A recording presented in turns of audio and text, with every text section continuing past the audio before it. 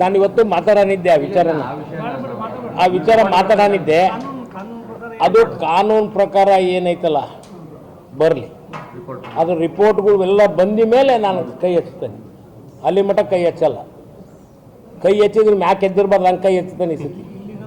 ಏನೋ ಅವನು ಯಾವ ಇಲ್ಲಿಗಲ್ ಅದಾವು ಏನದಾವು ಎಲ್ಲ ತೆಗ್ಯಾನ. ಒಂದು ಗುಂಟಿನೂ ಬೇಡ. ಈಗೇನು ಬೊಗಳ್ತದವಲ್ಲ, ಅವನೊಬ್ಬನ ಅಲ್ಲಿ ಹೋಗ್ಯಾನ ಬೊಗಳಕ್ಕೆ ಹಚ್ಚಿ. ಹಾಂ, ಇವರಿಬ್ರಿಗೆ ಬಿಟ್ಟಾನ. ಇಬ್ಬರೇ ಅಲ್ಲಿ ಉಳಿದಿರೋದವ್ರು. ಈಗ ಪಾಠ ಉಳಿದಿರೋದೇ ಇಬ್ಬರಲ್ಲ. ಇದು ಎಡಪಂಕ್ತಿಗೆ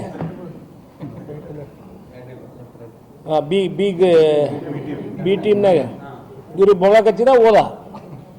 ಏನು ಇವು ಕಾಮನ್ ಸೆನ್ಸ್ ಐತೋ ಇಲ್ಲೋ? ಶಾಸಕ ಹೆಂಗಾದ ಪಾಪ ಹರಿಹರ ತಾಲೂಕಿನವ್ರು ಪಾಪ ಭಾಳ ತಪ್ಪಾಗೈತವ್ರು.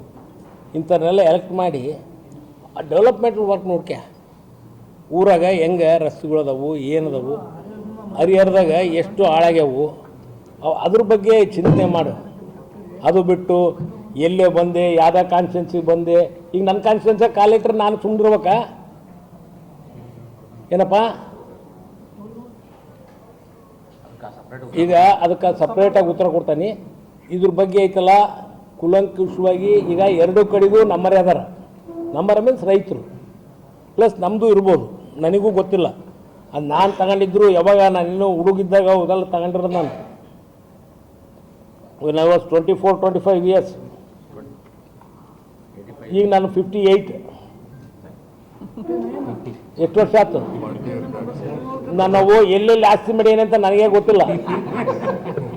ಏನೋ ಒಂದು ಜೀಪ್ ಕೊಡ್ತಾನೆ, ಒಂದು ಕಾರ್ ಕೊಡ್ತಾನೆ. ರೆಕಾರ್ಡ್ಸ್ಗಳು ನಮ್ಮ ಆಫೀಸ್ನಾಗ ಇರಬೇಕು. ಏನೋ ಇದ್ದೇ ಇರ್ತಾವೆ. ಅವನು ಕೊಡ್ತಾನೆ, ನೋಡ್ಕೊಂಬರಕ್ಕೆ ಕೇಳೋನಿ. ಹಾಂ, ಬುತ್ತಿನೂ ಬೇಕಾದ್ರೆ ಕೊಡ್ತಾನೆ. ಬೇಕಾದ್ರೆ ಕೋಳಿ ಕುರಿ ಬೇಕು ಅಂದ್ರೆ ಅವನು ಹಾಕ್ಸ್ಕೊಡ್ತಾನೆ.